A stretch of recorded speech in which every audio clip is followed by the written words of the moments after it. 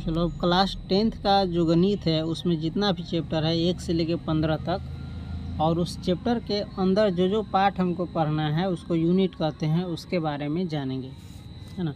सबसे पहला पार्ट क्या है, चैप्टर क्या है, वास्तविक संख्या। सबसे पहला पार्ट क्या है, वास्तविक संख्या। वास्तविक संख्या में हम 1.1 यानी पहला चैप्टर का पहला यूनिट में सबसे पहले हम भूमिका, क्या है, भूमिका यानी वास्तविक संख्या के बारे में जानेंगे, इससे परिचय करेंगे।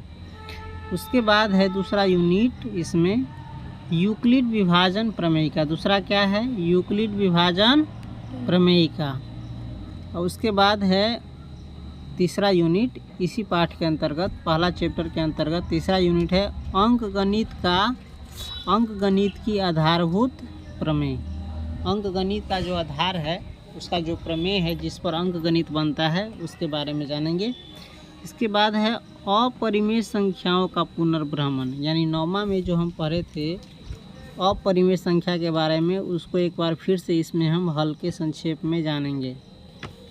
उसके बाद है परिमेय संख्याओं और उसके दशमलव प्रसारों का पुनर्भ्रमण। उसके बाद क्या है, परिमेय संख्या और उसका जो दशमलव प्रसार, यानी उसको भाग दोगे तो दशमलव में वो संख्या कहाँ तक जाएगी, इसके बारे में हम जानेंगे। और अंत में इसका सारांश, यानी पहला चैप्टर में जो जो चीज़ हम पढ़े उसका हम सारांश जानेंगे। समझ गया, एक नज़र उस पर दोहराएंगे कि क्या क्या पढ़े।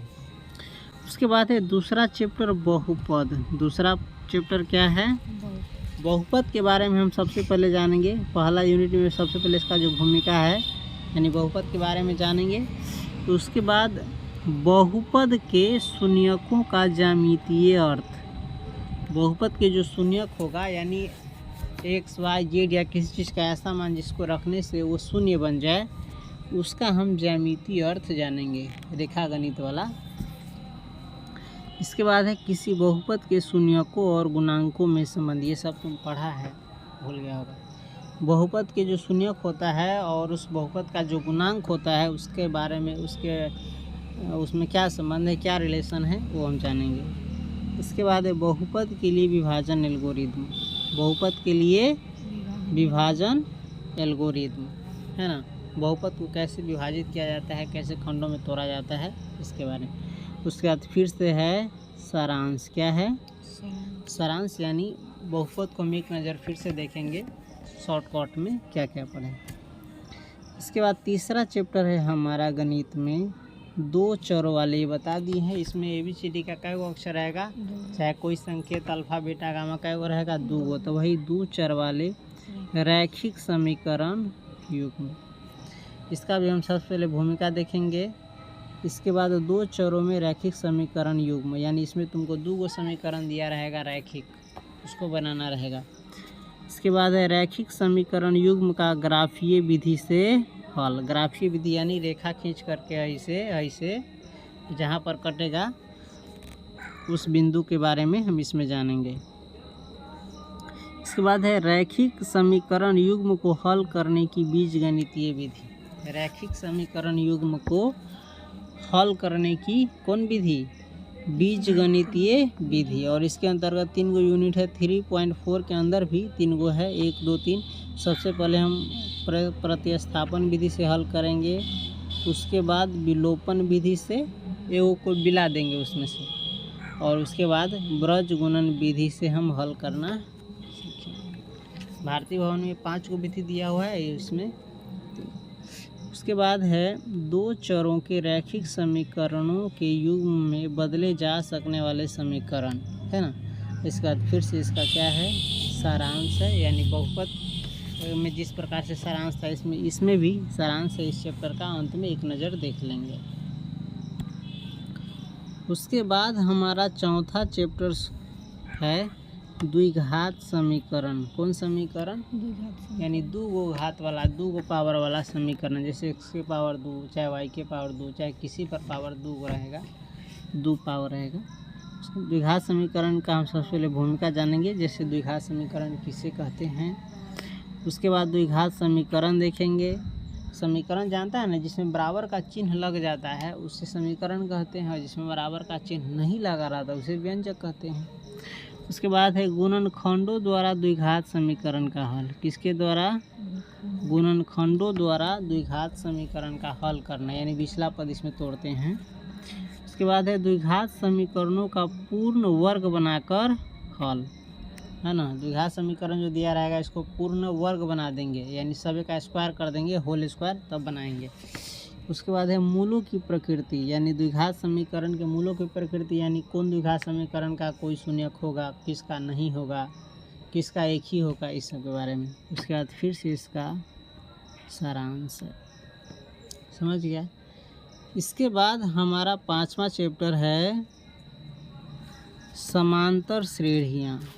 कौन सी है? समांतर श्रेणियाँ।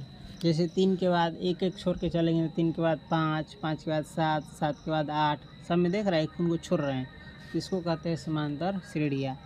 या 4, 4 पर से फिर 8, 8 पर से फिर 12, 12 पर से फिर 16, इस प्रकार की जो श्रेणी रहती है उसे कहते हैं समांतर श्रेणी, है ना। उसके बाद इसका समांतर श्रेणी की भूमिका है वही हम जो बोले हैं। उसके बाद समांतर श्रेणियाँ देखेंगे। इसके बाद एपी का एनवा पद। किसका? एपी का एनवा पद। इंग्लिश में लिखा है एपी।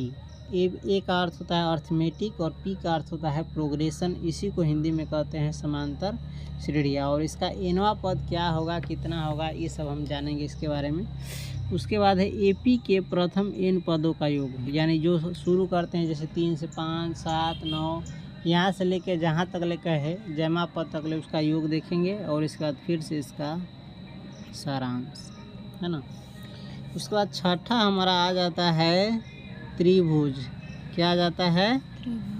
त्रिभुज। त्रिभुज जानता ही है, 3 रेखाओं से घिरी हुई आकृति को त्रिभुज कहते हैं। खुला नहीं, घिरा, यानी बंद होना चाहिए। जैसे इसमें देखो ये 3 गो रेखा है, लेकिन ये फिर भी त्रिभुज नहीं है, क्योंकि ये आकृति घिरी हुई नहीं है। और इसी में ऐसे रहेगा बंद, इसको कहेंगे, बंद नहीं अभी बंद कर देंगे, इसको कहेंगे त्रिभुज, है ना। तो त्रिभुज हम जानेंगे किसे कहते हैं। उसके बाद समरूप आकृतियाँ। कौन सी?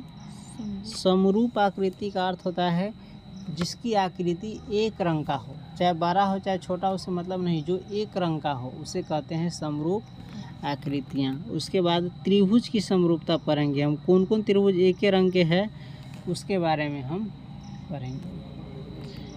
उसके बाद है त्रिभुज की समरूपता के लिए कसौटियाँ, यानी क्या क्या चीज़ अगर दोनों या तीनों त्रिभुज में मिल जाएगा तो वो समरूप होगा, इसके बारे में हम जानेंगे। उसके बाद समरूप त्रिभुज के क्षेत्रफल पढ़ेंगे। समरूप त्रिभुज के क्षेत्रफल, ये समरूप त्रिभुज कितना जगह छेदता है किसी तल में, किसी तल पर, उसी को कहेंगे हम त्रिभुजों के क्षेत्र। उसके बाद है पाइथागोरस प्रमेय पढ़ेंगे। क्या पढ़ेंगे? पाइथागोरस प्रमेय कहते हैं, इसमें होता है कर्ण के स्क्वायर बराबर होता है लंब के स्क्वायर जोड़ आधार के स्क्वायर, है ना। इसी को कहते हैं पाइथागोरस प्रमेय, हम पढ़ेंगे इसमें। उसके बाद फिर से त्रिभुज में हम क्या क्या पढ़े होंगे उसका सारांश देखेंगे, है ना। उसके बाद है हमारा 7वां चैप्टर निर्देशांक ज्यामिति। 7वां चैप्टर क्या है? निर्देशांक ज्यामिति। जानता है ना, ऐसा रहता है जोड़ के चेना जैसन। ए में रहता है प्लस प्लस वाला, ए में रहता है माइनस तब प्लस वाला, ए में रहता है तीसरा पद में माइनस माइनस वाला, और चौथा में रहता है माइनस और प्लस वाला। इसी के बारे में हम पढ़ेंगे। ये क्या है? निर्देशांक ज्यामिति। किस बिंदु का कितना निर्देशांक है हम ये जानेंगे। उसके बाद दूरी सूत्र पढ़ेंगे। क्या पढ़ेंगे? दूरी सूत्र। जैसे इस बिंदु से लेके इस बिंदु तक कितनी दूरी है इस दोनों बिंदु के बीच में, इसके बारे में पढ़ेंगे। उसके बाद हम पढ़ेंगे विभाजन सूत्र। कौन सी? विभाजन। जैसे एक रेखा है, इसको यहाँ पर से कोई बिंदु काट रहा है, तो विभाजन सूत्र हम पढ़ेंगे, बांटने वाला। समझ गया? उसके बाद निर्देशांक ज्यामिति में और हमको पढ़ना है, देख सकता है ये पेज नीचे चला गया, दूसरे पेज में दिया हुआ है, त्रिभुज का क्षेत्रफल। निर्देशांक ज्यामिति में हम क्या पढ़ेंगे? त्रिभुज का क्षेत्रफल। जैसे निर्देशांक ज्यामिति ऐसा तो रहता है ना, और इसी के अंदर अगर ऐसा रेखा बने तो इस त्रिभुज का क्षेत्रफल क्या होगा, इसके बारे में हम पढ़ेंगे। उसके बाद फिर से इसका क्या है? सारांश है। इसके बाद 8वां हमारा चैप्टर है त्रिकोणमिति का परिचय। किसका परिचय? त्रिकोणमिति, यानी त्रिभुज का जो तीनों कोण होता है इसको नापने के बारे में पढ़ेंगे। इसमें उसके बाद त्रिकोणमितीय अनुपात पढ़ेंगे। क्या पढ़ेंगे? त्रिकोणमितीय अनुपात। त्रिकोणमितीय अनुपात पढ़ा है ना, साइन थीटा बटे कॉस थीटा, ये सब क्या है? त्रिकोणमितीय अनुपात है। चाहे साइन 30 डिग्री का मान, कॉस 50 डिग्री, 50 डिग्री पर इंटर में पढ़ेंगे। इसमें 0, 30, 60, 45, 90 वाला पढ़ेंगे कि। उसके बाद कुछ विशिष्ट कोणों के त्रिकोणमितीय अनुपात पढ़ेंगे। कुछ विशिष्ट कोणों के त्रिकोणमितीय अनुपात पढ़ेंगे, जैसे 0 डिग्री का, 30 डिग्री का, 45 डिग्री का, 60 डिग्री का और 90 डिग्री का। ये क्या है? एक विशेष प्रकार का कोण है और इसका अनुपात हम पढ़ेंगे। उसके बाद है पूरक कोणों के त्रिकोणमितीय अनुपात। क्या पढ़ेंगे? जैसे sine 90 degree minus theta, cos 90 degree minus theta. 90 degree में से अगर कोई कोण घटा करके बनाया जाता है उसी को कहते हैं त्रिकोणमितीय पूरक कोण। इसी के बारे में पढ़ेंगे। जैसे पढ़ा था ना, साइन 90 डिग्री माइनस थीटा बराबर कॉस थीटा, यही कह रहा है। उसके बाद पढ़ेंगे त्रिकोणमितीय सर्वसमीकाय। इसके बाद इसका फिर से हम सारांश देखेंगे। समझ गए? इसके बाद हमारा 9वां चैप्टर है त्रिकोणमिति के कुछ अनुप्रयोग। हम जो त्रिकोणमिति पढ़ते हैं इसका कुछ प्रयोग सीखेंगे कि इसका प्रयोग कहाँ कहाँ होता है। जैसे यहाँ से खड़े खड़े उस पोल की लंबाई निकाल सकते हैं, यहाँ से दूरी निकाल सकते हैं। ये जो पेड़ देख रहा है खजूर का, इसका हम दूरी निकाल सकते हैं, ऊंचाई निकाल सकते हैं, है ना। कहीं पर खड़े होकर के चिमली का ऊंचाई ज्ञात कर सकते हैं, चढ़ने की ज़रूरत नहीं है। पहाड़ की ऊंचाई ज्ञात कर सकते हैं, है ना। तो इस सब का हम प्रयोग देखेंगे। और उसके बाद है इसमें ऊंचाइयाँ एवं दूरियाँ, ये बताइए दिए हैं। कोई चीज़ कितना ऊंचा है इसके बारे में जानेंगे, कितना दूरी पर है सब जानेंगे, है ना।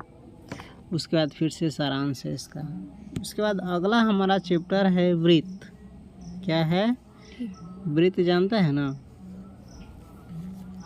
अगर इस प्रकार का आकृति बना दो पूरा गोल तो ये क्या है? वृत्त, है ना। वृत्त अलग चीज होता है, गोला अलग चीज होता है। समझ गया? एक रेखा को मोड़ करके गोल बना दो कॉपी पर ही तो क्या बन जाएगा? वृत्त। जैसे चूड़ी लो और चूड़ी से किसी चीज़ पर रेखा पार दो, पन्ना पर, जमीन पर, चाहे कहीं पर, तो क्या बन जाता है? वृत्त, है ना। और एगो अध्यापक खेलता रहता है बॉल, फुटबॉल, गेंद, ये गोला है। और वृत्त क्या है? अलग चीज़ है।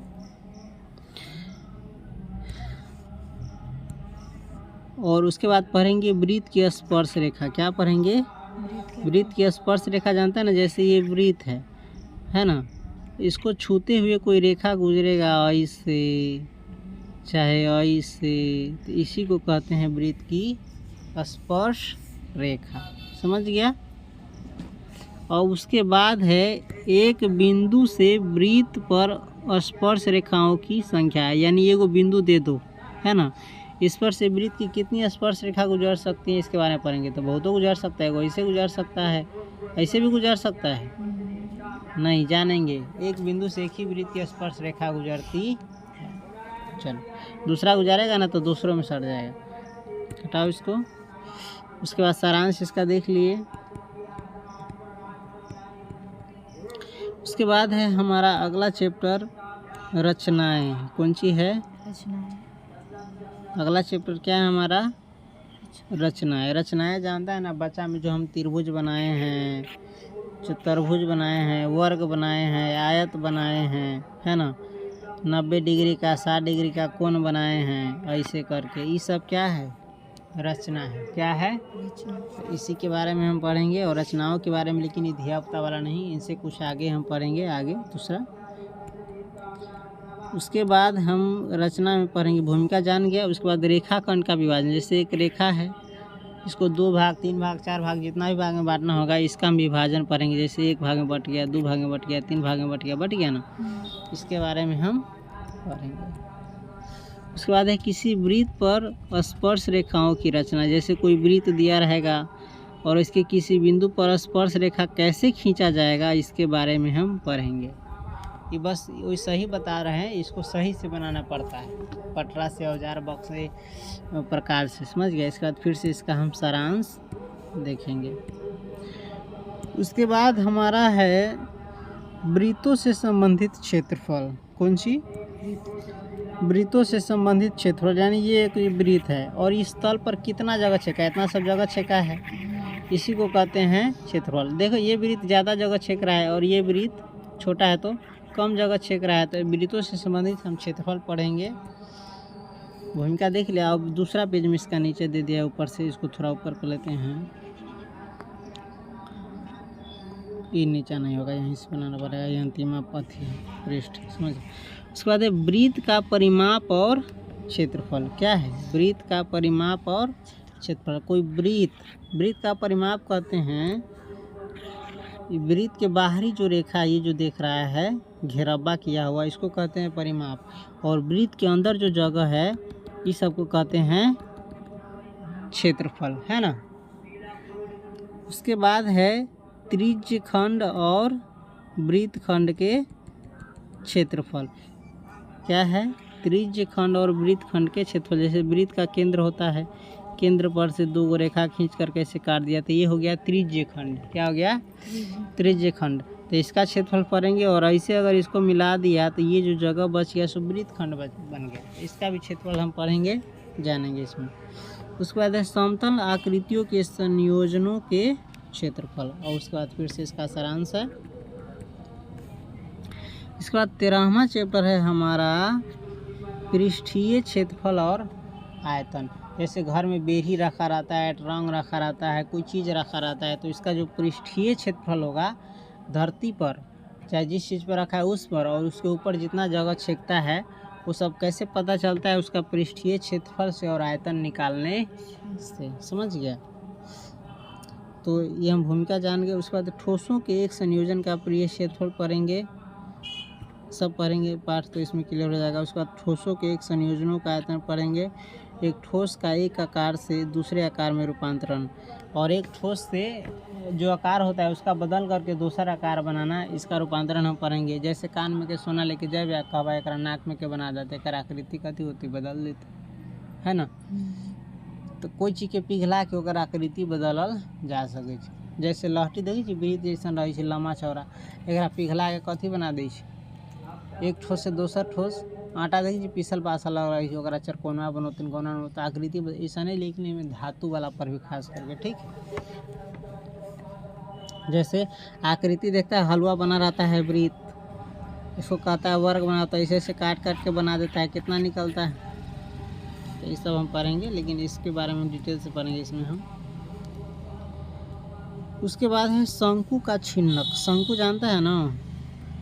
शंकु बचपन में जो तुम आइसक्रीम खाया होगा, तिनकोनवा वाला, चारों बगल से बोले, जैसे बर्थडे के टोपी रही है, सब कथी शंकु। लड्डू कथी शंकु, लड्डू न लट्टू न चौच धिया पुता से। उसके बाद सारांश इसका देखेंगे। इसके बाद हमारा अगला है सांख्यिकी। कौन सी है? सांख्यिकी का हम सबसे पहले भूमिका देखेंगे। उसके बाद वर्गीकृत आंकड़ों का माध्य निकालेंगे। इसका वर्गीकृत यानी किसी को जैसे वर्ग में बांट दे विधियाप्ता के, जैसे 0 से 4 यानी 0 से 4 वर्ष के बच्चा एक लाइन में रहिए, 4 से 8 वर्ष के बच्चा दूसरा लाइन में रहिए, 8 से 12 वर्ष के बच्चा तीसरा लाइन में रहिए। तो एकरा कहे छी वर्गीकृत। यही प्रकार से में संख्या बांट ले है, ठीक है। तो वर्गीकृत संख्या का आंकड़ों का हम माध्य निकालना सीखेंगे, और वर्गीकृत आंकड़ों का बहुलक निकालना सीखेंगे, कौन में ज़्यादा है, और वर्गीकृत आंकड़ों का माध्यक में निकालना सीखेंगे, और संचय बारंबारता बंटन का लिखित निरूपण इसमें देखेंगे। इसके बाद इसका सारांश। इसके बाद हमारा अंतिमा चैप्टर है प्रायिकता। कौन सी है? किसी घटना के होने की कितनी संभावना है, उसी को कहते हैं प्रायिकता। जैसे एक सिक्का उछालेंगे एक बार, तो चीत या पट आने की कितनी संभावना है? या तो कोई एक चीत आ सकता है या पट आ सकता है, एक ही संभावना, एक से ज़्यादा संभावना। जैसे लीडो के गोटी के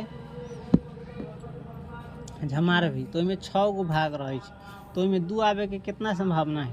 लीडो के गोटी में 2 आवे के एना बनैले छे ना, हम भजारबी तो हमारा 2 आवे के चाहिए, अगर कितना संभावना है? टोटल 6 गो है तो 6 लिख देबै, आ 2 एक के बार आ सकै छै, तो एकर संभावना बनती 1/6 गो में से कोई एगो आ सकै छै। तो इस प्रकार से प्रायिकता हम पढ़ेंगे। जा ऊपरी लिखा गया और प्रायिकता एक सैद्धांतिक दृष्टिकोण पढ़ेंगे, इसके बाद सारांश देखेंगे। इस प्रकार से तुम देख लिया, तुम्हारा जो 10वां के क्लास में गणित है उसमें जो जो चैप्टर तुमको पढ़ना है उसका संक्षिप्त परिचय देख लिया। इसके बाद हम सभी पाठों को एक एक करके याद रखेंगे। समझ गया? चलो देखो तो एक नज़र इसके विषय सूची